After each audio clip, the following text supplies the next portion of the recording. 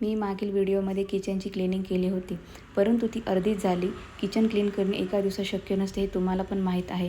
तर मी राहिलेली भांडी घासून दोन्ही मांडण्या व्यवस्थित पुसून घेतल्या. माझी किचन हे नॉन मॉड्युलर आहे.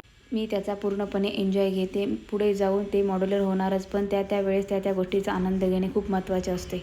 असो, यावेळेस मांडणीसाठी पेपरचा वापर न करता प्लास्टिक शीट वापरत आहे, परंतु ते कमी पडल्यामुळे मी पुन्हा पेपरचा यूज करते. पेपर हे लवकर खराब होत असतात. यानंतर मी धुतलेली सर्व भांडी मांडणीला लावायला घेतली. येथे वियान पण किचन रिसेट करण्यासाठी मदत करतोय. किचन आवरणे एका व्यक्तीचे काम नसते, त्यासाठी मदतीची आवश्यकता असतेच. मला असं वाटतं, कितीही जगभर फिरलो ना, खरी शांत झोप ही फक्त स्वतःच्या घरातच मिळते.